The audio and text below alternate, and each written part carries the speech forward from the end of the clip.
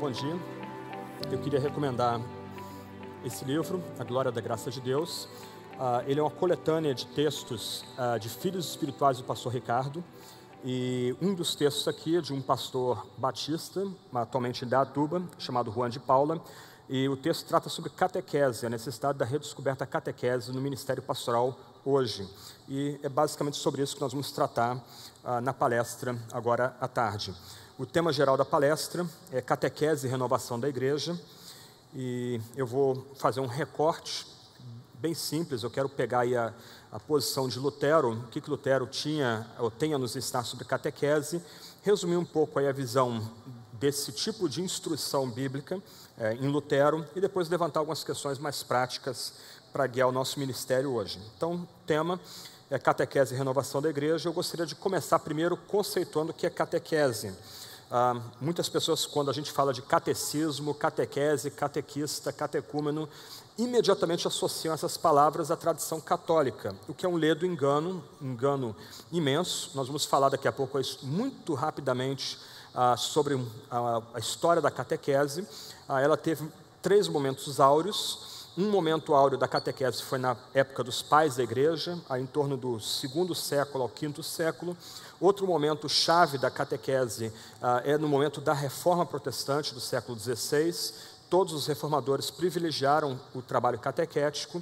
E talvez o grande momento da catequese no século XVII, com os puritanos, presbiterianos e congregacionais, fazendo esse ministério catequético de instrução pessoal de viva voz na igreja, ou para as igrejas que eles serviam. Pois bem, o que é catequese então? A palavra portuguesa catequese deriva do verbo grego katekel, que pode ser traduzido como instruir a viva voz. E essa palavra aparece no Novo Testamento. Você tem algumas menções aí em Atos 18, 25, Romanos 2, 18, 1 Coríntios 14, 19 e Gálatas capítulo 6, verso 6. Então essa palavra catequese, ela não é uma palavra estranha à Bíblia, muito ao contrário, ela está presente no texto sagrado. E o significado de catequese, então, mais uma vez, para a gente tentar gravar aqui, é instruir a viva voz.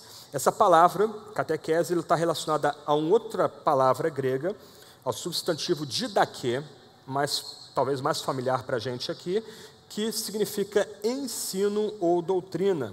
Essa palavra aparece em Mateus 7, 28, Atos 2, 42, um texto que vocês conhecem.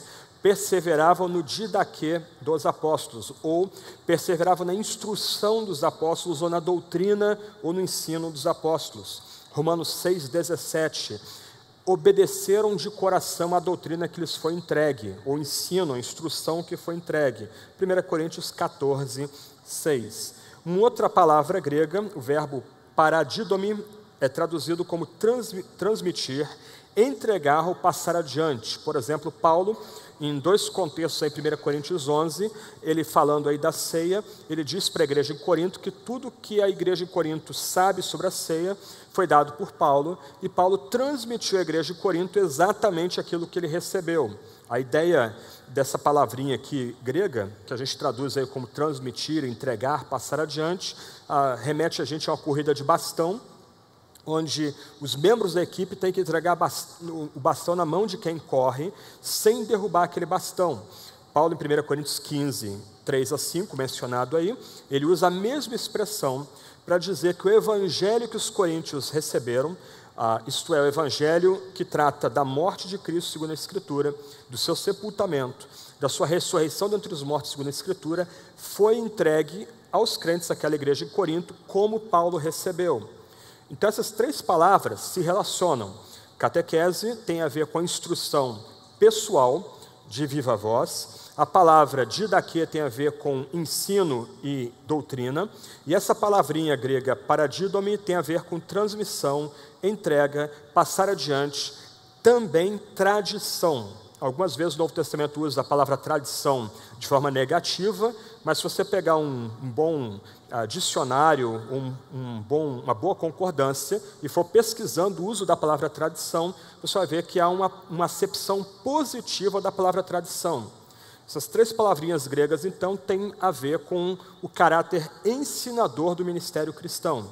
O obreiro, o pastor, o presbítero, ele é chamado a ser um catequista, ele é chamado a passar adiante ensino, doutrina, ou transmitir, entregar o ensino e a doutrina. Posto isso, tornando a coisa um pouco mais direta aqui, a gente pode definir a catequese como um processo de instruir a todos os membros de uma igreja nos fundamentos da fé cristã. Esse era o alvo dos pais da igreja, segundo ao quinto século. Esse era o alvo dos reformadores, era o alvo dos puritanos, que toda igreja, toda a comunidade, crianças, adolescentes, jovens, adultos, anciãos, eles tivessem a mesma base conceitual, a mesma instrução na fé. A ideia, para usar uma palavra contemporânea, é que o alvo da catequese, melhor dizendo, para usar uma palavra contemporânea, é que a igreja fosse teologicamente homogênea. Isto é, houvesse, de fato, um comum acordo entre os membros da comunidade quanto à doutrina ou à tradição dos apóstolos ou ensino do Novo Testamento. Avançando mais um pouco, vocês vão ver aí, pode ir para mais um quadro aí. Opa, eu estou andando lá no quadro lá. Pode ir para mais um slide.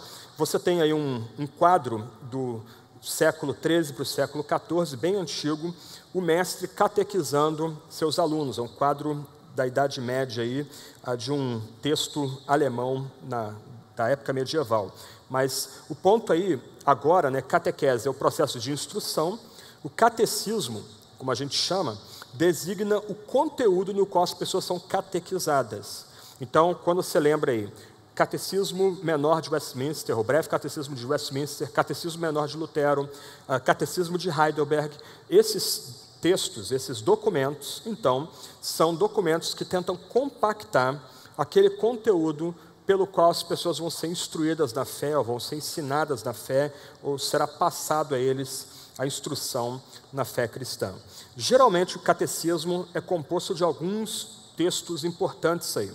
Por exemplo, o Decálogo, como o crente se porta, ou, de outro lado, na perspectiva de Lutero, como o crente sabe que ele é pecador, então o Decálogo é exposto na aula de catequese. O Credo é o documento que compacta o que nós cremos. O Pai Nosso, como nós somos devotos a Deus, como nós nos dirigimos a Deus, e algumas vezes aí uma sessão tratando de batismo e da ceia. Lutero, falando desse conteúdo aí do catecismo, diz que o catecismo deve conter exatamente tudo aquilo que um cristão precisa saber. Você nota aqui, nessa altura, que no conteúdo do catecismo não há uma nota moralista, não há uma nota legalista. O que se quer é transmitir aquilo que é mais essencial em termos de conteúdo cristão, da forma mais resumida possível. Decálogo, o Credo, o Pai Nosso, batismo e a Santa Ceia. Mais avante, a gente tem aí um quadro com os momentos-chave da catequese. Eu já mencionei eles há pouco aí, mas é só para você ter uma noção aí dessa arte perdida da educação cristã. O período primeiro aí é a Igreja Antiga, séculos II ao V, é o chamado desenvolvimento do catecumenato. Em algumas regiões, nessa época, aquele interessado em abraçar a fé, ele era preparado para ser batizado, e essa preparação levava de 1 ano a 3 anos, dependendo da região, ok? Então, você tem aí uma época de desenvolvimento da catequese. O catequista que mais se destaca é Agostinho de Hipona, mas João Crisóstomo, entre outros, aí se destacaram, Ambrósio de Milão, vários se destacaram nessas preparações, essas preleções de preparação para se entrar na membresia da igreja. A época dourada aí da catequese é a reforma continental europeia no século XVI.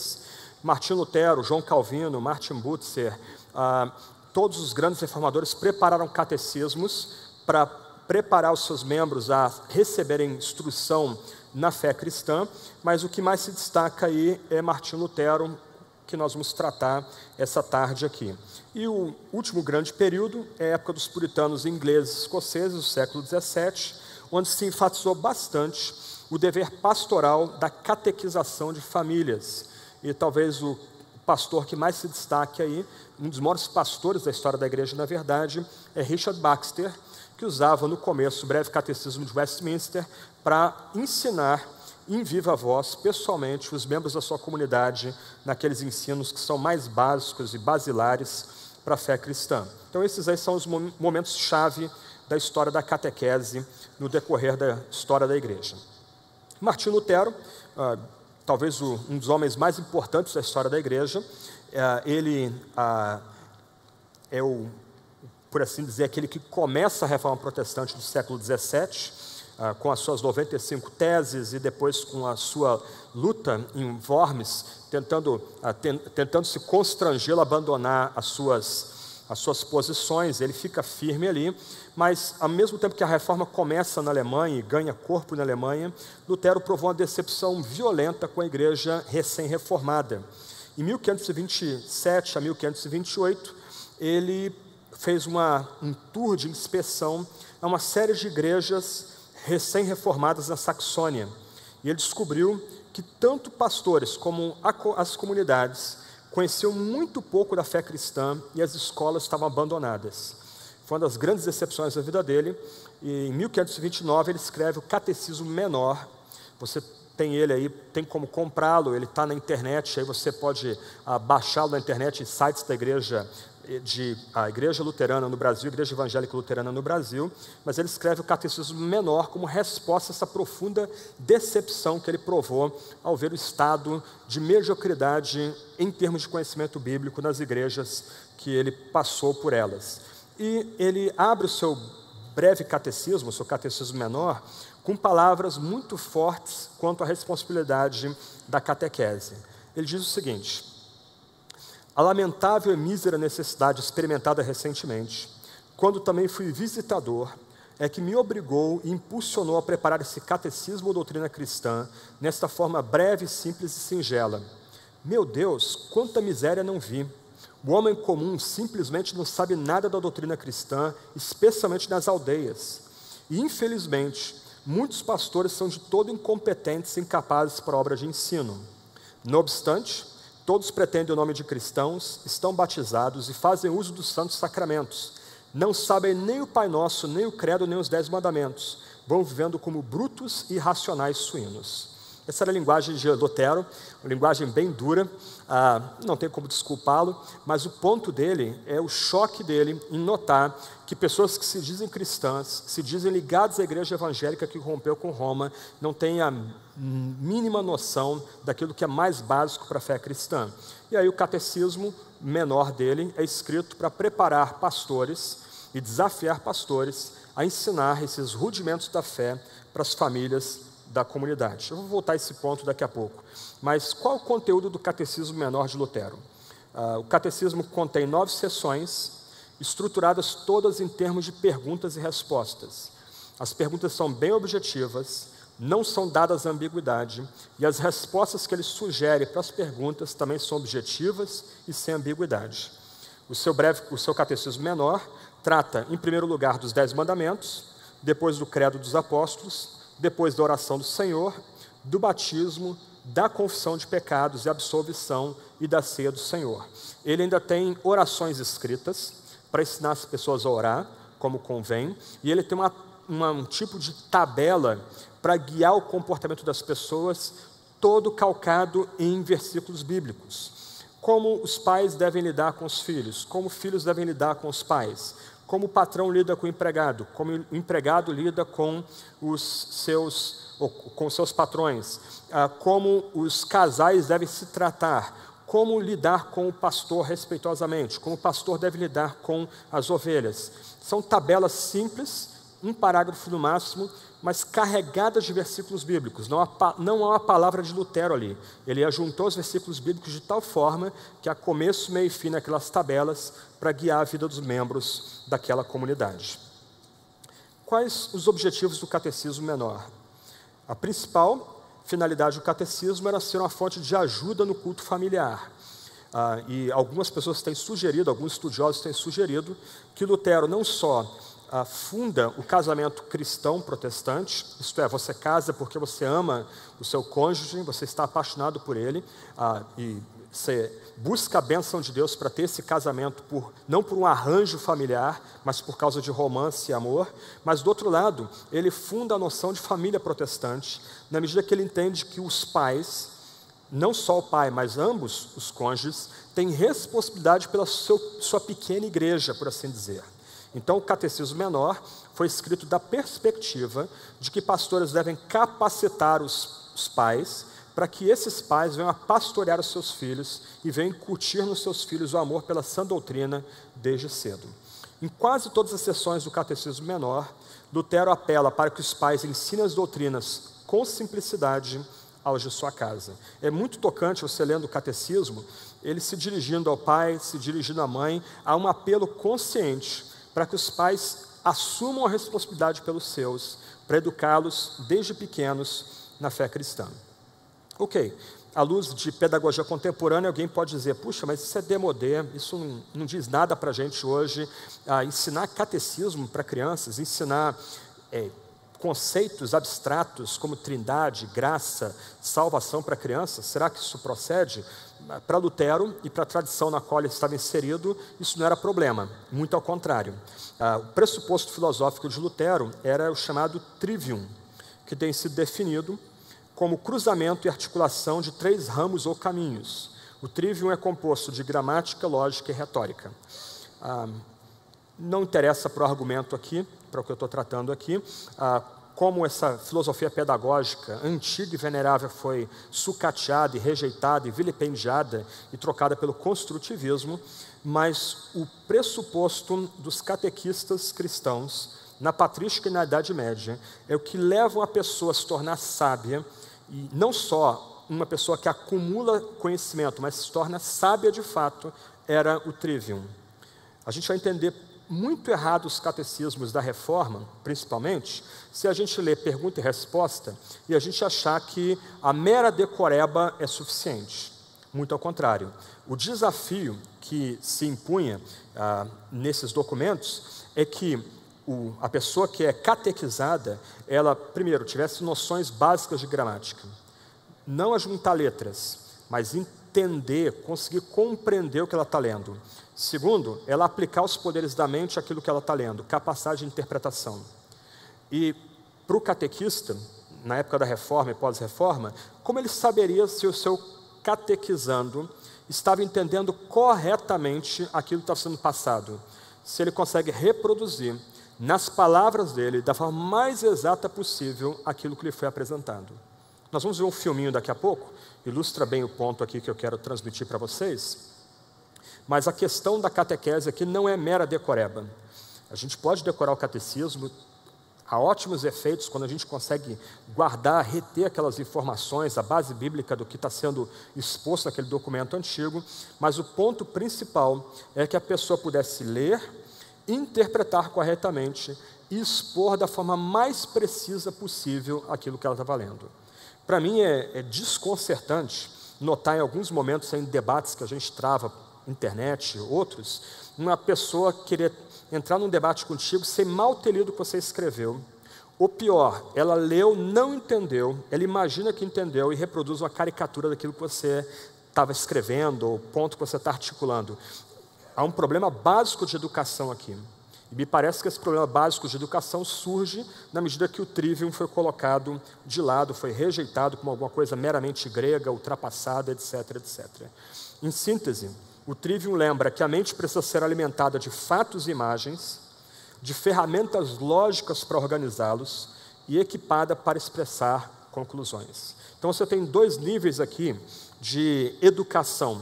Num primeiro nível, o nível mais óbvio, o que Lutero queria era que a igreja, a partir de pastores e dos pais, fosse disciplinada, fosse educada, instruída no que é rudimentar, o mais básico para a fé cristã.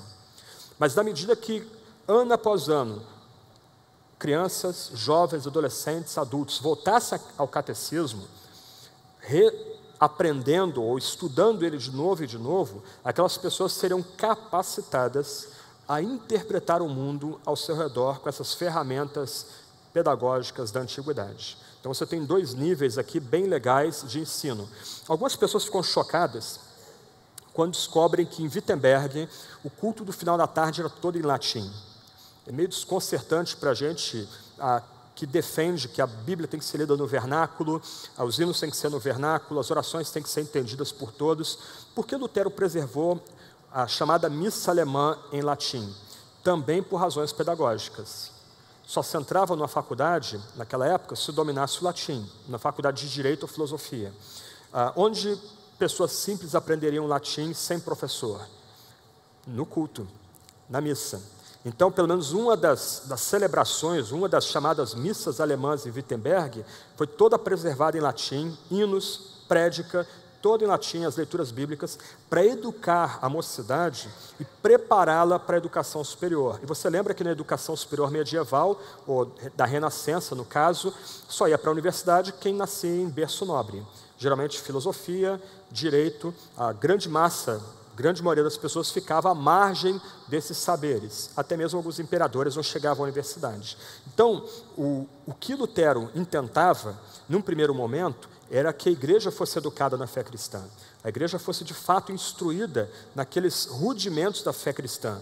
Os 10 mandamentos, o credo, o Pai Nosso, ceia, batismo, orações, os deveres cristãos do seu dia a dia. Mas, do outro lado, por meio de ferramentas de aprendizagem, Lutero queria que as pessoas fossem aptas a partir da fé cristã, interpretar o mundo e até mesmo ascender socialmente.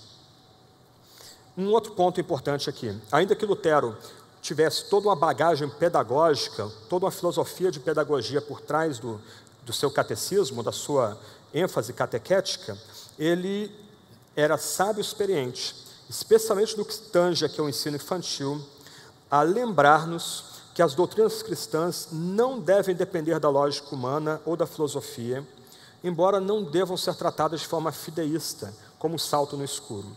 Okay? Qual é o ponto aqui?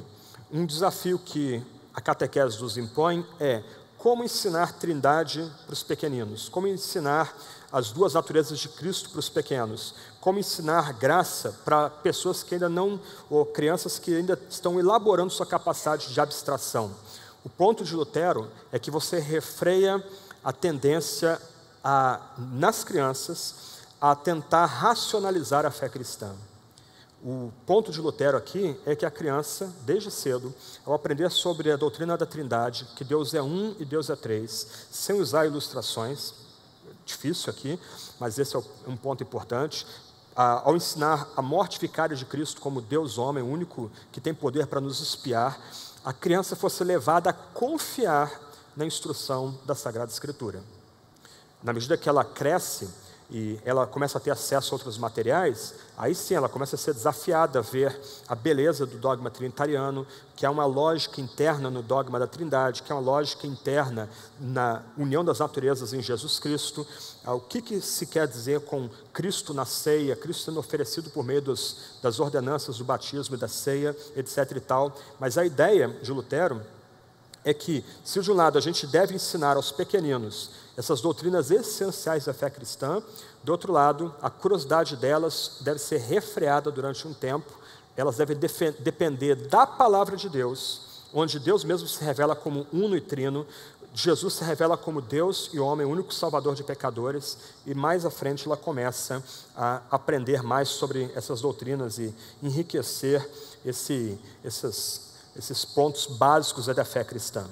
Um outro ponto interessante que Lutero trata no Catecismo Menor é a necessidade de usar uma única tradução desses documentos para os mais novos. Ele diz: tem o pregador, acima de tudo, o cuidado de evitar textos e formas diversos ou divergentes dos 10 mandamentos, do Pai Nosso, do Credo, dos sacramentos, etc. Atente a uma forma e maneira permanente e fixa e ensina-lhes primeiro que tudo, essas partes, segundo o texto, palavra por palavra, de forma que também possam repetir assim e decorar. Mas aqueles que não querem aprender, diga-se-lhes como negam a Cristo e que não são cristãos. Lutero aqui não está para brincadeira. De um lado, ele entende que ensinando para crianças e jovens, adolescentes, o ideal é você usar uma tradução do Credo, uma tradução do Pai Nosso, uma tradução do Decálogo, de forma que aquele conteúdo seja fixado na mente dessas pessoas desde cedo. Mais avante, no Catecismo Menor ele diz isso, Então, quando eles estiverem mais avançados, adultos, então você pode variar as traduções, você pode debater variantes do credo, comparar o Pai Nosso em Mateus com o Pai Nosso em Lucas, mas no período formativo, o melhor é usar um tipo de tradução, mas ai daquele que não quer aprender. Ele deve ser tratado como não cristão. Ele chega além, indo adiante, ele vai dizer, inclusive, que os membros da comunidade devem notar aqueles que não são ensináveis e devem negar a eles comida, trabalho, amizade e conforto. Ele não está para brincadeira. Como pastor de verdade aqui, ele sabe que a sua tarefa, uma das suas tarefas primordiais, é levar a igreja a abraçar aquilo que é mais básico e mais essencial à fé cristã. Avançando mais um pouquinho aí, eu queria então mostrar um videozinho bem simples. Antes de mostrar o vídeo, ele se encontra nesse filme de Lutero, talvez o melhor filme sobre ele. Vocês encontram no stand da Comev, aqui embaixo esse filme. Excepcional filme, preto e branco, mas muitas vezes o que é antigo é melhor, ok? Vamos ver o filminho rapidinho aí, acho que ele ilustra vários pontos que a gente está tratando. Cada vez mais o número de pessoas que entendiam e apoiavam os ensinamentos de Lutero. O apoio dela se tornou tão formidável em todos os setores do Império, a ponto de cada vez mais ser impossível aplicar o decreto do imperador contra ele. Lutero não pretendia começar uma nova igreja, mas sim livrar a única igreja em que acreditava dos erros do homem. Ele ainda esperava que a igreja romana reconhecesse a autoridade suprema das Escrituras. Durante estes anos, ele questionou e escreveu, pregou e ensinou. Agora curte. Vejamos o que sabe. Pequeno Catecismo Martinho Lutero, 1529. Fechar livros. Eu sei o que está no livro, a questão é você. E quanto ao 5º mandamento? Não matarás. Você sabe.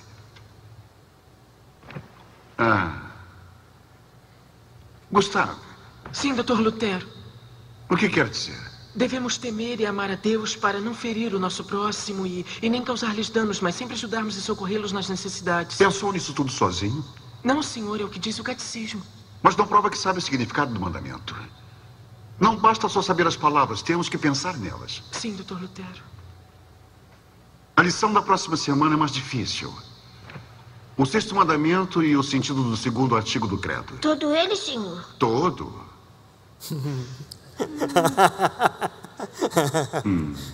Não. Metade. Creio que Jesus Cristo, verdadeiro Deus, nascido da eternidade do Pai, também homem, nascido da Virgem Maria, é meu Senhor, que me redime, criatura perdida e condenada, que me libertou de todos os pecados, da morte e do poder do diabo. Acabou a aula. Podem sair semana que vem sem atraso, né? Nos 13 anos desde que Martinho Lutero pregou as teses na porta da igreja em Wittenberg, o movimento pela reforma ganhou enorme alento em grande parte da Europa. Ok. Obrigado, pessoal aí de trás. Vendo o vídeo, você vê alguns pontos interessantes. O uso do catecismo, as crianças estão com o documento em mãos, o catequista tem o documento em mãos. Ele, de um lado, ele quer saber o que elas aprenderam, ligado àquela doutrina básica, mas o ponto é, não basta apenas repetir o que está no documento.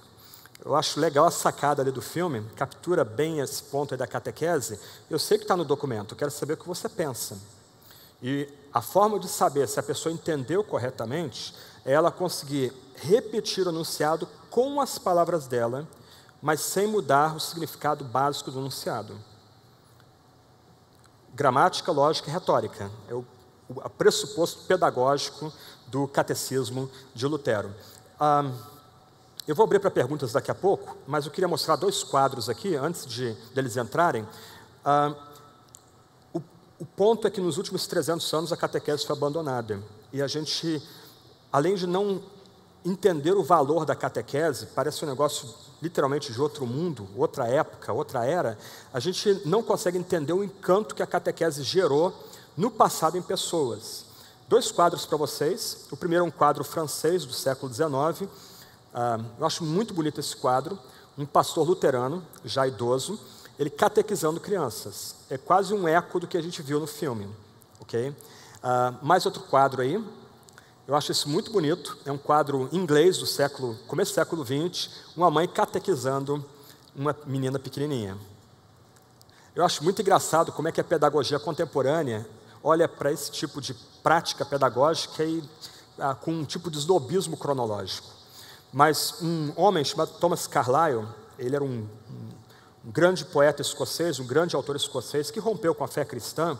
Ele dizia, já na velhice dele, que ele nunca esquecia as lições que com 5 e 6 anos ele aprendeu do breve catecismo de Westminster. Mesmo adulto, mesmo tendo rompido com a fé cristã, ele não esquecia que o fim principal do homem é glorificar a Deus e desfrutá-lo para sempre. Ok? Vamos avançar mais um pouquinho aí.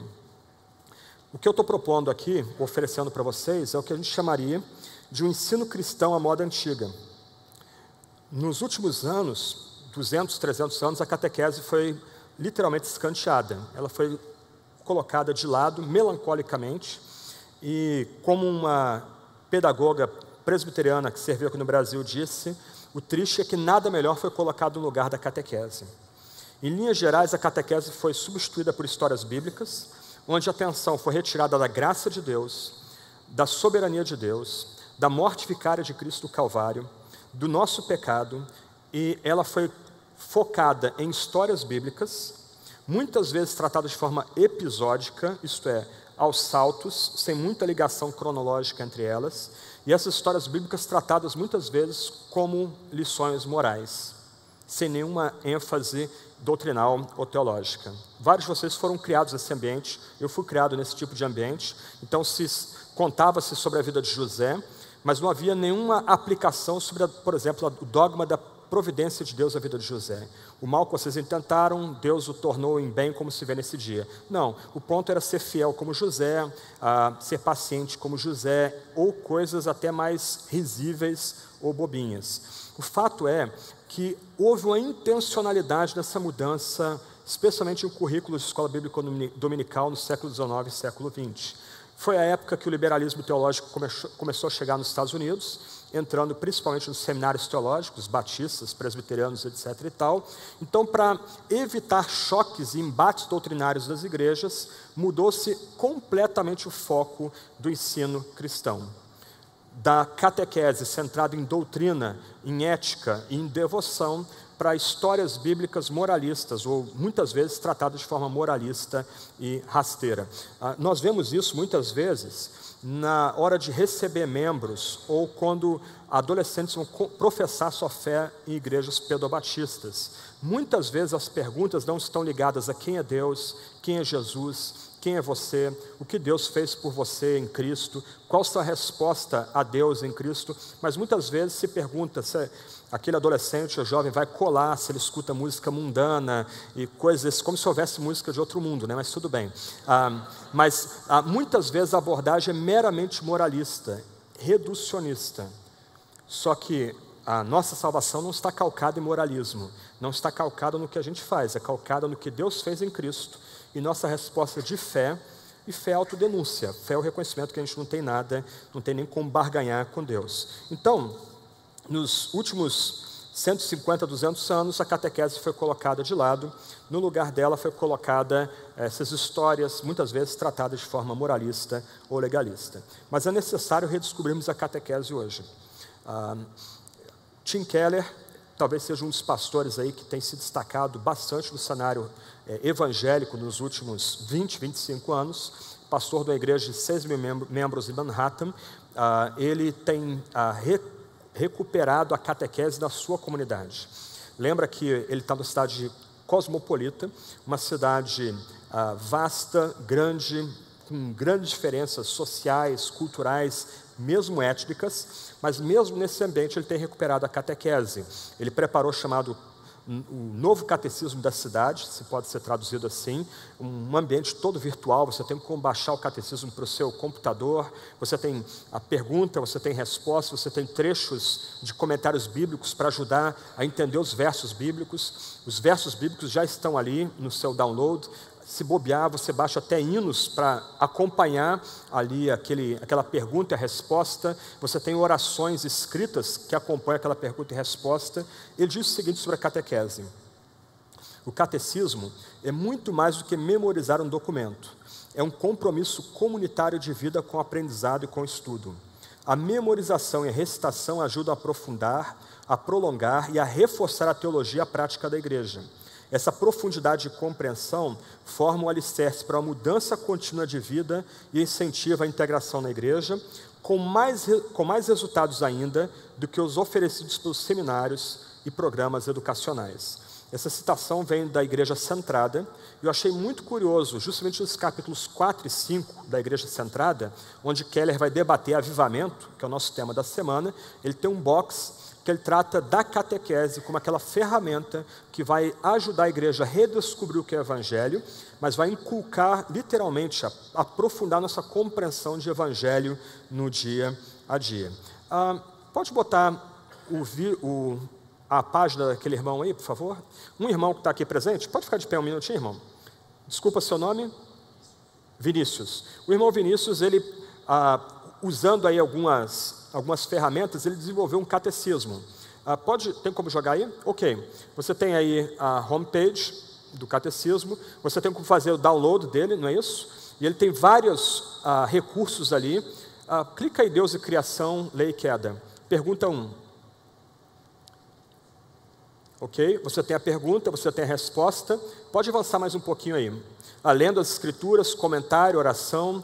É mais do que o suficiente. Lendo as escrituras, você tem o texto bíblico ligado à pergunta e resposta. Pode avançar mais um pouco. Comentário.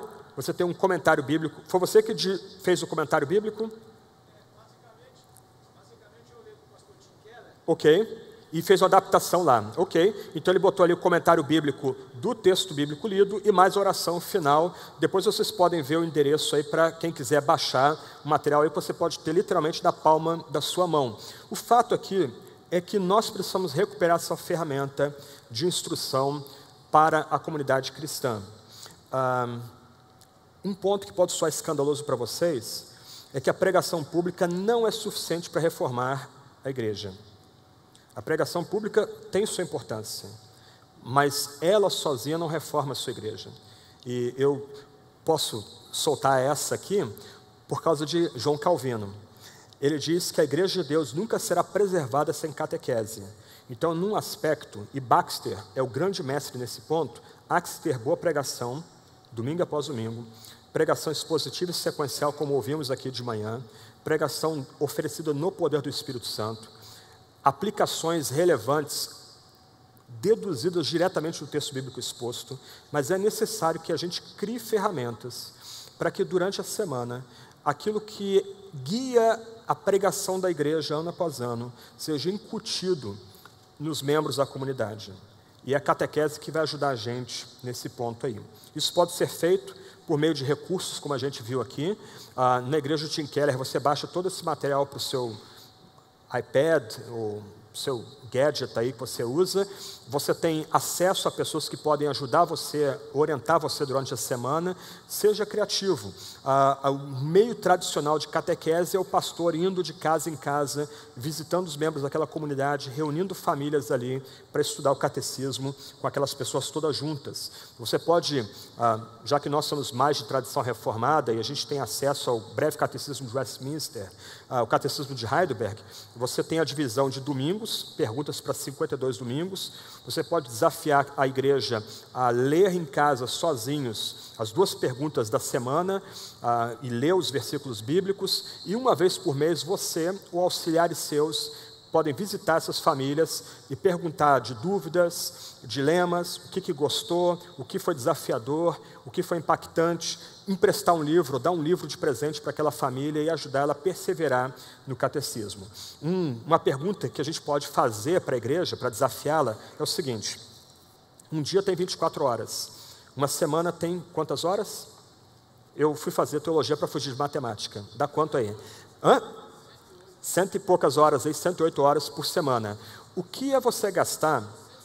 168 horas por semana. O que é você gastar numa semana de 168 horas meia hora para ler 2 perguntas, ler 4 a 6 versículos, meditar nesses versículos e fazer uma oração, junto com a família. Se nosso Deus é pessoal, e aí?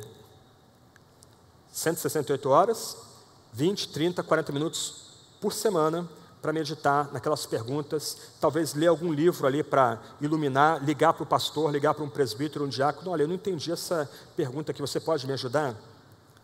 O que é isso? 30, 40 minutos nessa semana toda. É a forma de nós nos conectarmos com Deus, aprendermos mais sobre Ele e nos firmarmos cada vez mais no Evangelho. Um outro ponto aqui, alguns pastores são bem ocupados, tem uma agenda bem intensa de administração da igreja, de pregação, de ensino. O que ele pode fazer é pedir orientação para Deus e começar a olhar a congregação, como Deus é que dá os dons para aquela comunidade. Ele fatalmente vai descobrir homens e mulheres com habilidades de ensino ali. Ele pode reunir esses homens e mulheres, ele catequiza esses homens e mulheres, ele dá subsídio para esses homens e mulheres, para eles catequizarem famílias, adolescentes, crianças, etc. e tal. Um roteiro básico aqui para praticar o ministério catequético. Primeiro, analise a situação, conheça seu povo, conheça a sua comunidade. Eu comentei de manhã aqui o meu espanto, pastorando a igreja com 8 anos de história, bem legalista, bem moralista, e quando eu e outros colegas tentamos atacar isso com Gálatas, chega em Gálatas 3, nem as histórias bíblicas mais básicas, os personagens bíblicos mais básicos a igreja conhecia como um todo. Então a gente tem que conhecer a nossa comunidade. Em que estágio de conhecimento bíblico e doutrinal aquela comunidade está? Como a gente pode abordar essa comunidade com um ensino daquilo que é mais essencial à fé cristã? A gente pode usar vocábulos mais densos, mais elaborados, ou a gente tem que, sem abrir mão daqueles ensinos essenciais como Deus Pai, Filho, Espírito, Jesus, Deus, homem, morto em nosso lugar, em nosso favor, sem sacrificar essa linguagem, como é que a gente pode chegar aos membros da igreja, levá-los a ter gosto pela reta doutrina e querer se aprofundar na doutrina? Então, conheça a sua comunidade, conheça os horários da sua comunidade, principalmente em centros urbanos. Talvez você não possa encontrar membros da sua comunidade em casa.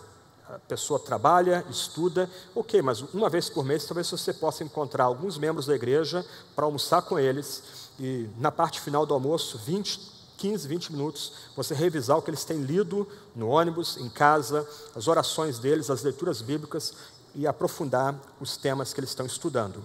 Apresente para a comunidade a visão catequética.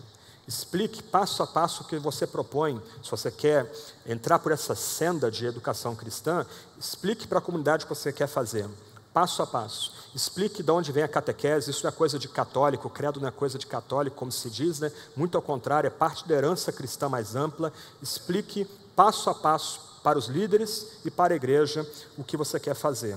Busque consenso entre os líderes. Tenha sensibilidade de não ensinar algo que vai divergir muito da comunidade, especialmente da liderança. Escatologia, etc. Tente levar a liderança a fechar, por assim dizer, a visão doutrinal que vai ser ensinada para o resto da comunidade. Comece devagar, mas seja constante. Okay? Persevere. E eu garanto para você, se você perseverar na catequese, você, 2, 3 anos, vai ver grandes frutos. Adolescentes e jovens que têm sido educados na catequese permanecem na fé cristã. E muitas vezes assumindo posições importantes na igreja e na sociedade, a partir do ensino catequético. Experiência própria, ok? Foque em jovens e famílias. Um grande problema hoje, muitos adolescentes e jovens estão se reformando pela internet. Em alguma medida isso é culpa nossa, de nossos pastores. A gente não tem oferecido boa pregação para eles, um bom alimento doutrinal e bíblico para eles. Mas, de outro lado, na medida que você começa a identificar adolescentes e jovens despertos para ensinar a aprender doutrina, valorize-os. Com 15, 16 anos, meu pastor me chamou no canto e disse: toda semana nós vamos estudar a Bíblia. Agora eu estou aqui. Ele me botava para decorar salmos. Não era uma catequese tão elaborada como de Lutero. Ele me ajudava a entender hinos. Vamos compreender os hinos que a gente está cantando aqui.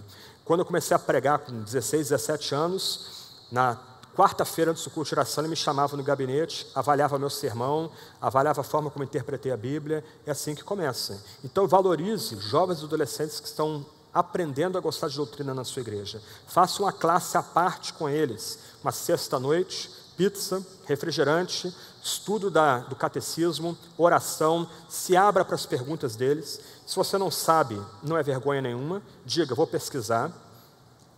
Seja honesto com eles. E na semana seguinte você traga o resultado da sua pesquisa para eles. Mas valorize, especialmente os jovens e adolescentes. Eles são o futuro da igreja, são os futuros obreiros da nossa comunidade. Cuide dos hinos e cânticos da igreja. Se você quer uma igreja doutrinariamente sadia a partir da catequese, não adianta ensinar boa doutrina por meio da catequese, se nós estamos cantando hinos e cânticos ou hinetos que muitas vezes negam aquilo que é ensinado no trabalho catequético. A gente então tem que cuidar do que é cantado. Nota que eu não quero dar impressão aqui de que a gente deve cantar somente hinário para o culto cristão, ou novo cântico. Há que se valorizar os hinos antigos, mas há coisas boas contemporâneas também.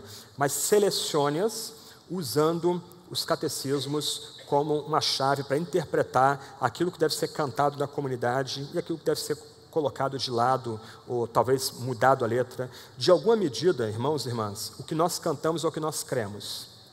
Se nós estamos cantando músicas simplórias, presta atenção, música que um espírita ou um muçulmano cantaria sem sentir nem um pouco ofendido, é sinal da fraqueza das nossas crenças cristãs. Nós temos que voltar a cantar hinos que tenham ligação com o que nós estamos ensinando àqueles que Deus colocou sob nossa responsabilidade. No projeto todo de catequese, faça ajustes conforme as necessidades. O que importa é que é ensinar. Como você vai ensinar, seja criativo. Conheça a sua comunidade, conheça o seu povo, conheça a rotina do seu dia a dia dos homens e mulheres da sua comunidade, mas faça os ajustes necessários para que esses encontros sejam proveitosos, esses contatos pela internet sejam proveitosos e os homens e mulheres da comunidade, adultos, jovens, adolescentes, sejam edificados de fato. Por último, proceda com oração, todo o tempo orando. O ensino, ele é importante, mas ele não é um fim em si mesmo. O alvo do ensino é que a gente adore Deus, o Deus Trino, cada vez mais. Nosso coração seja cada vez mais encantado por Jesus Cristo, que morreu pelo meu pecado e pelo seu pecado. Ele que é o verdadeiro Deus, verdadeiro homem, em união, as duas naturezas em união indissolúvel. O alvo, então, da catequese é que nós nos tornemos cada vez mais adoradores. Homens e mulheres cada vez mais sábios. Então, todo o tempo, ore. Por fim, uma exortação de Lutero. Não tão pesada como aquela primeira dos brutos suínos, né? Ele diz assim: por isso, rogo a todos vós, pelo amor de Deus, meus queridos senhores e irmãos, que sois pastores ou pregadores, que vos devoteis de coração ao vosso ofício, vos apiedeis do povo confiado a vós e nos ajudeis a inculcar o catecismo às pessoas. Isso aqui é só essa palavra aqui da tarde é só introdução à catequese. Um ponto importante, que se nós queremos avivamento e renovação da igreja, isso tem que ser calcado no Evangelho. O Evangelho é Cristo crucificado pelos nossos pecados, sepultado, ao terceiro dia ressuscitado segundo as Sagradas Escrituras. As pessoas, nossos irmãos e irmãs, nossas comunidades, só vão ser renovados e avivados se abraçarem de fato esse Evangelho, internalizarem esse Evangelho, colocarem toda a sua confiança e fé somente nessa mensagem, e mais nada. E o catecismo é uma ferramenta vital para a gente experimentar esse despertamento pelo verdadeiro Evangelho. Mais uma vez, a pregação é importante. Na pregação, toda a comunidade ouve a pregação da mensagem cristã, ouve a pregação do Evangelho, mas a catequese é ela que vai, por assim dizer, solidificar em nosso coração aquilo que nós estamos ouvindo domingo após domingo. As duas, tanto a catequese como a pregação, são parceiras. Ou, se você preferir, a pregação pública é parceira da pregação em privado, em particular. Ok? Nós vamos abrir para perguntas muito rapidinho, tem 7 minutos. Um irmão aí vai nos ajudar com o microfone. Enquanto isso, a pergunta tem que ser bem objetiva, ok? E eu vou tentar ser objetivo também, ok? Tá, Davidson vai nos ajudar com o microfone. Quem quiser fazer alguma pergunta e eu puder ou souber responder, então você pode levantar a mão e aí o Davidson vai levar o microfone para você. Um irmão aqui, ó.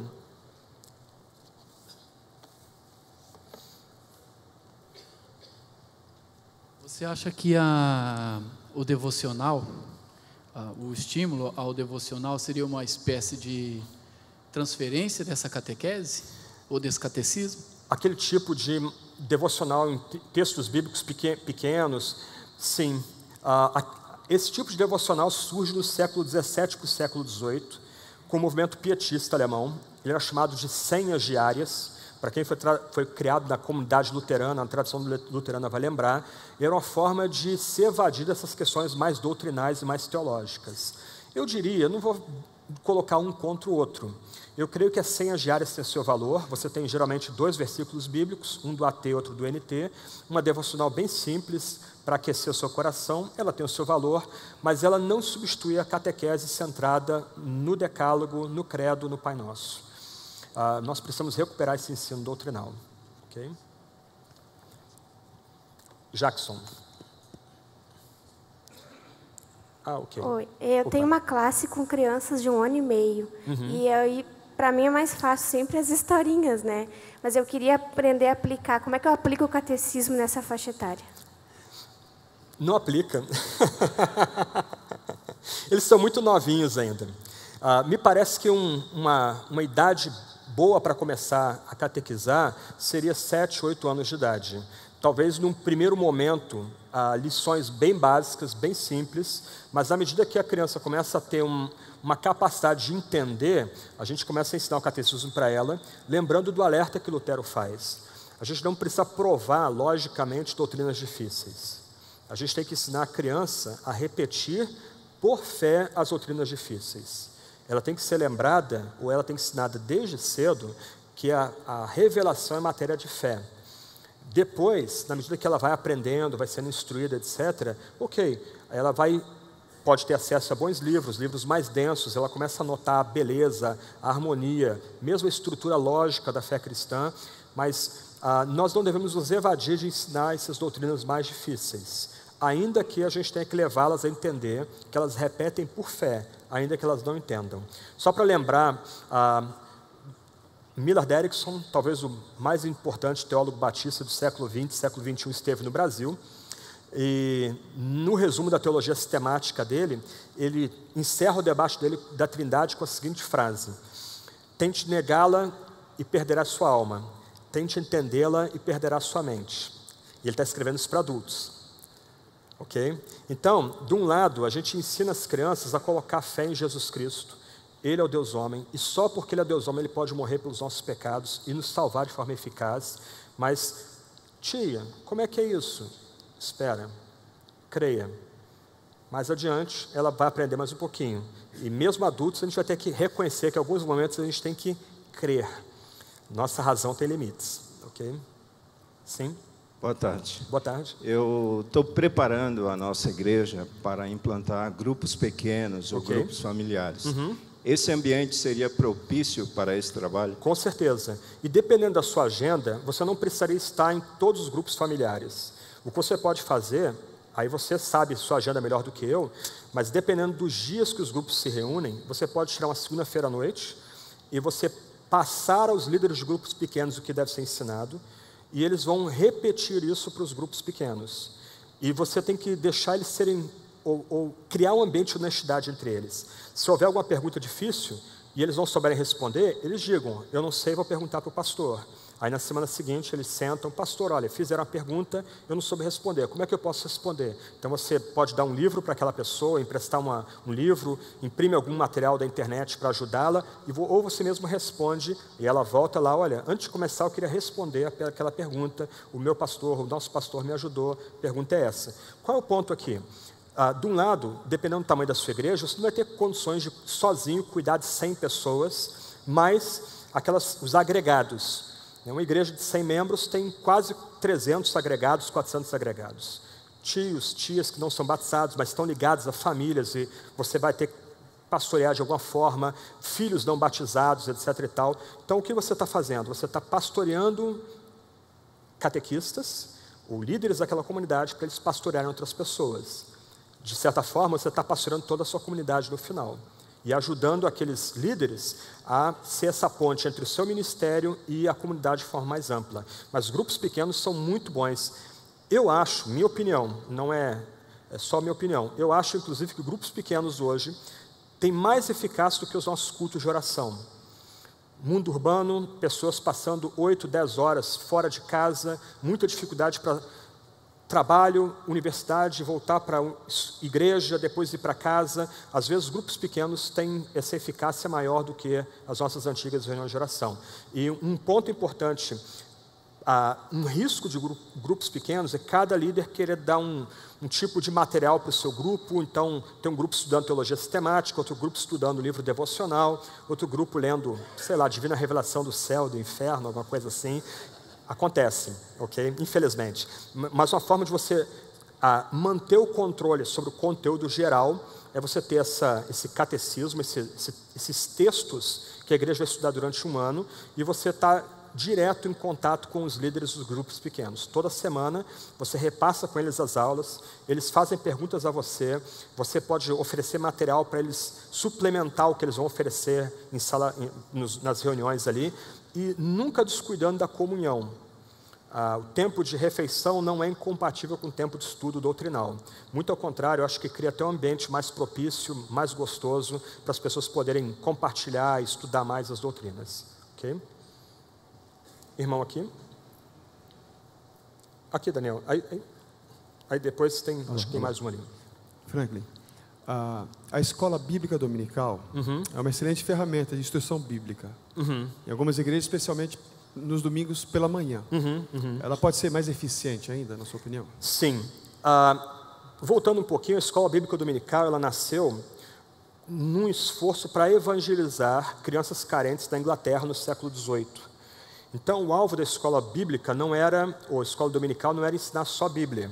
Então, um jornalista, Robert Hicks, o nome dele, ele contratou 4 moças e elas começaram a ensinar inglês, história, calcadas na Bíblia. Mas o alvo primordial não era o ensino da Bíblia. Ok, o tempo passou e nós temos a escola dominical como temos hoje. Me parece que ela é ela passa uma crise na atualidade. Muitas igrejas estão abrindo mão da escola dominical, outras igrejas, infelizmente, têm preparado mal seus professores. Muitas vezes, o professor abre a revista e vai ler a revista na escola dominical, mal preparado, pouco material visual, pouca riqueza de conteúdo. Então, as pessoas desanimam de frequentar a escola dominical. Eu entendo que há que se ter esse espaço, há que se preservar esse espaço. Talvez concentrando, em vez de ter escola dominical de manhã e culto à noite, concentrando tudo no único horário. Eu reconheço que há dificuldades de pessoas estarem 2 vezes na igreja no domingo, dificuldades financeiras, dificuldades de locomoção. Nosso dia a dia já é tão pesado, e no dia que deveria ser de descanso, você passa muitas vezes indo e voltando de igreja para casa. Então, talvez compactando os 2 num único bloco e investindo em professores. Eu entendo, não tem como desenvolver o ponto, mas que o professor ele tem que ser alguém comprometido com o ensino da palavra, tanto quanto o pastor. Então, em igrejas que eu servi no passado, geralmente os professores de EBD eram pastores da igreja mesmo, ou seminaristas. Não pessoas que não tivessem compromisso direto com a docência dentro da igreja. Por que isso? Não é para desvalorizar os dons da comunidade local, mas para valorizar um ensino mais profundo na igreja local. Então, aquela pessoa que está estudando teologia, ou que já é formada em teologia, ok, aqui tem uma classe para você. Você vai assumir essa classe e seja bom. E aí, quando o professor está motivado, traz conteúdo, gera bons debates, transmite segurança, as pessoas começam a vir para a escola dominical. Porque, de um lado, a pregação é importante também, a pregação autoritativa, mas, do outro lado, nem uma escritura de particular interpretação. Nem o pregador mais douto tem o monopólio da interpretação bíblica. É necessário na igreja um espaço onde as pessoas possam juntas interpretar o texto sagrado. E a escola bíblica dominical fornece esse espaço. Mas eu entendo que ela tem que ser, por assim dizer, reformada, para usar uma palavra cara para a gente. Talvez menos classes, talvez um currículo de 2 anos, 3 anos, onde as classes possam se revezar, uma classe de Antigo Testamento, uma classe do Novo Testamento, outra classe de doutrinas básicas, uma classe de espiritualidade, 4 anos aí, 1 ano por classe, e os membros vão revezando para aquelas classes. Obviamente já ficou claro aqui que eu sou contra a divisão de faixa etária. Eu entendo que a igreja perde demais quando ela divide essas classes em faixa etária. O jovem adolescente perde o benefício da sabedoria do adulto, e o adulto perde o benefício da curiosidade, aquela fome de saber que o adolescente jovem tem. Então eu prefiro misturar as pessoas na igreja e focar nessas classes temas. Antigo Testamento, Novo Testamento, doutrina, espiritualidade, história. Aí você seja criativo também, conhecendo a realidade da igreja, o que a igreja precisa, etc. e tal. Então a EBD é importante e acho que a gente precisa recuperar ela como um espaço onde todos têm alguma coisa a contribuir ali, não só o professor também. Ok?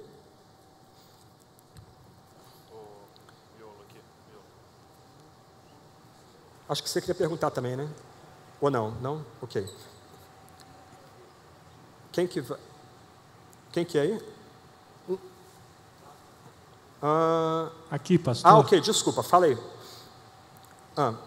Quem que é? Oi.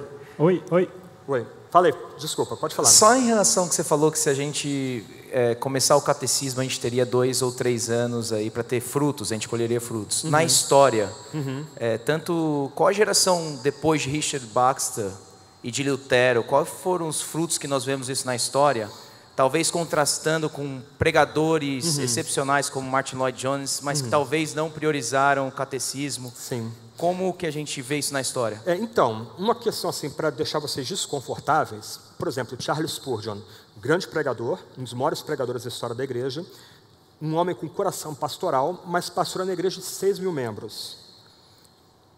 Na verdade, você não pastoreia uma comunidade de 6 mil membros. Você prega aquela comunidade, ainda que você tenha vontade de cuidar das pessoas, você não tem como cuidar de toda a comunidade. Ele tinha lá a equipe pastoral dele, mas não tinha catequese. 10, 15 anos depois da morte dele, a igreja dele já não era mais reformada. O mesmo com Lloyd Jones. Quando Lloyd Jones morre em 1980, o que ele vê é a igreja dele neopentecostal. Por quê? Uma das razões, entre outras, a falta de catequese. O pregador é bom, a gente tem que valorizar o pregador. Mas, entre vocês, há homens e mulheres habilidosos que podem pregar pessoalmente. E é esse trabalho que suplementa o trabalho da pregação que vai manter pessoas firmes na fé. Operosas, devotas, nos maus momentos, quando elas forem atacadas por dúvidas, pelo pecado, pelo demônio, elas vão trazer à memória aquilo que você ensinou sobre a morte vicária de Cristo, o poder da ressurreição dele, a obra trinitariana de incluir pecadores nesse círculo, nessa aliança de amor. Então, por mais que a gente admire Lloyd Jones e Spurgeon como grandes pregadores, eles o foram, e não tem como roubar isso deles, infelizmente, a falta de um trabalho catequético, pessoal nas comunidades deles, levou a igreja deles depois, principalmente a igreja de Lloyd Jones, a se desviar do caminho que havia sido oferecido para eles ali. Então, quem vai na igreja de Lloyd Jones hoje é a igreja neopentecostal, com uso de óleo, unção, pessoas caindo dentro da igreja. Isso ele já viu em vida, década de 80. Okay? Mas talvez uma das fraquezas, a falta de um trabalho catequético, esse trabalho de pregação pessoal, membro a membro, dentro da comunidade cristã. Okay? Aqui, ok. Boa tarde, pastor. Boa tarde. Hoje pela manhã foi falado a respeito de uma tentativa de mudança com relação a uma letra de uma música. Pois bem, aí perseverou a ideia original e eu gostei da explicação dada. Agora à tarde o senhor acabou de dizer que nós devemos cuidar dos hinos e cânticos da igreja. Eu queria falar nessa área, queria uma pergunta nessa área. Nós vemos muito na igreja, eu que trabalho bastante nessa área da música, buscando perseverar nas músicas congregacionais, em horários de culto e tal. Mas a gente vê cada vez mais acontecendo eu diria quase que artistas da atualidade, trocando andamentos de música, trocando o ritmo. Eu já me perguntei, o que caracteriza uma música congregacional? Por exemplo, pega-se um hino que, para mim, entre tantos que todo mundo conhece, é maravilhoso, Quão Grande És Tu. De repente se troca todo o andamento, coloca-se um outro ritmo e se coloca aquilo para cantar na hora do culto como música congregacional. Qual que é a sua posição com relação a essa? Eu diria o seguinte, hoje não há mais como abrir mão de boa música. Nossas comunidades precisam ter música de qualidade, bem tocada, bem cantada, bem ensaiada, só que do outro lado a gente não pode descuidar do conteúdo delas. E nós, pastores, algumas vezes pecamos quando a gente transfere toda a parte de música aos cuidados de grupos de louvor e a gente pouco se envolve com eles. No meu caso, eu não canto nada. Se eu for cantar aqui, eu vou quebrar todos os vidros aqui dentro. Sou muito desafinado e não toco nada, mas gosto muito de música. Obviamente, eu não tenho como desempenhar a tarefa de liderar ou dirigir a congregação em música. Mas, do outro lado, eu não preciso alienar pessoas que querem se dedicar à música. Porque o pastor não tira um tempo para sentar com aquelas pessoas que dirigem a música na igreja, para ajudá-las nesse processo de escolher as músicas. Você é pastor? Não? Ok, mas o pastor pode dizer, olha, eu vou pregar domingo sobre música tal. Vocês podem escolher músicas que tenham a ver com o tema principal? Aí escolhe-se uma música com alguma letra questionável, das duas uma. Ou pode, se tem alguém habilidoso ali de rima e métrica, você pode ajudar aquela pessoa a mudar a letra e explicar para a igreja por que a letra foi mudada. Olha, é uma palavra aqui mal empregada, um conceito mal empregado, mas a melodia é bonita, o resto da letra é bonita, a gente vai mudar isso aqui. Então isso se explica. Ou se o resto da melodia, o resto da letra é comprometedor, então aí o pastor explica, gente, olha, eu acho que não convém cantar isso aí. Mas por que, pastor? Está todo mundo cantando, a gente escuta na rádio, aí baixei, estou escutando meu MP3. Ok, vamos analisar a letra aqui. O que a letra diz? Eu sou totalmente desatualizado com letra de música, mas uma ilustração que eu uso é Rompendo em Fé. O que a letra diz? Não diz nada. Eu brinco que a música que a Guarda Imperial canta quando Darth Vader desce do ônibus imperial, né? Todos de vermelho lá, Darth Vader dançando, rompendo em fé, vamos mover o sobrenatural. A letra não diz nada. Eu sei que tem gente que fica magoada comigo, ofendida comigo, mas é uma questão objetiva. Agora, compara, mais uma vez, eu não estou colocando um tipo de melodia contra outra, porque a Bíblia não sacraliza a melodia. Mas compara uma letra como Rompendo em Fé com Rude Cruz. Dá para comparar? Não dá. A Rude Cruz tem uma letra muito superior, totalmente objetiva. Santo, Santo, Santo. O antífona. Ó Deus, fiel e bom Senhor, etc, etc. Foi na cruz, onde um dia... Isso aí. Meus pecados castigados em Jesus. Compare essas letras com letras que nós estamos cantando hoje. Então, pastores podem não alienar as pessoas que ajudam com a música na igreja, mas se tornar parceiros deles, mentores, e num ambiente de franqueza, de liberdade, bater papo e ajudá-los. Olha, um ponto, eu até mencionei isso de passagem de manhã na hora de perguntas e respostas. Se o sermão tem um tema, é até importante que as músicas tenham a ver com aquele tema, as leituras bíblicas tenham a ver com aquele tema. Então, por aí você já pode direcionar o pessoal da música, que às vezes tem mais criatividade, está mais antenado, a escolher boas músicas que suplementem o tema do sermão e reforcem. Quando a gente vai ouvir a mensagem, a gente já sabe o tema, já está reforçado e aquilo chega com mais força para a gente. Agora, um ponto importante é não abrir mão dos hinos antigos. Pessoal mais novo que gosta de música, quando você abre mão dos hinos antigos, você pode ter certeza de que daqui a 10 anos ninguém está cantando o que você canta hoje. Quando você valoriza os hinos antigos e coloca-os lado a lado com hinos bons que há hoje, daqui a 10 anos, 20 anos, as pessoas vão estar cantando os hinos que a gente canta hoje, foram compostos na atualidade. A gente tem que honrar a inódia do passado e trazê-la para enriquecer o que a gente está cantando hoje. Se tem gente criativa, ok, possa fazer um arranjo, faça um arranjo musical diferente, embeleze lá aquela música com algum estilo diferente ou alguma melodia diferente, mas não abra mão daqueles hinos antigos, sólidos, com boa doutrina e que suplementam o trabalho do púlpito e suplementam o trabalho da catequese também. Aliás, eu diria que algumas vezes a gente guarda mais o que a gente aprende na catequese, no púlpito, por causa dos hinos. A gente está cantando aquele hino e a gente lembra do sacrifício de Jesus, do valor da morte dele. Ah, o pastor pregou isso domingo. Puxa, olha só, o hino ilustra o sermão, reforça o sermão, e aí você grava com mais força o sermão também. Então não dá para subestimar a música no culto cristão.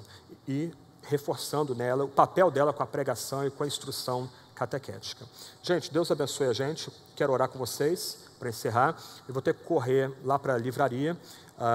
Mas que esse momento aqui, palavra bem simples, é uma introdução a esse ministério de catequese, desperte alguns de vocês para se lançar nesse ministério.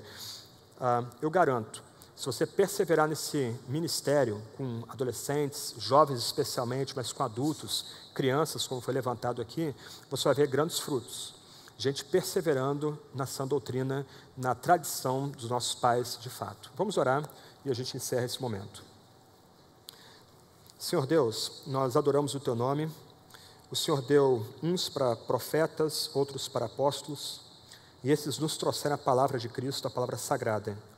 Senhor, para transmitir essa palavra sagrada, apostólica e profética, o Senhor também levantou evangelistas e pastores e mestres. Deus, capacita aqueles em nosso meio que são evangelistas, pastores, mestres, dá dons, dá senso de direção, dá disciplina, da criatividade, para que esses evangelistas e pastores e mestres honrem a palavra profética apostólica sob a qual a igreja está fundada. Ó Deus, nós imploramos isso em nome de Jesus, nosso Salvador. Amém.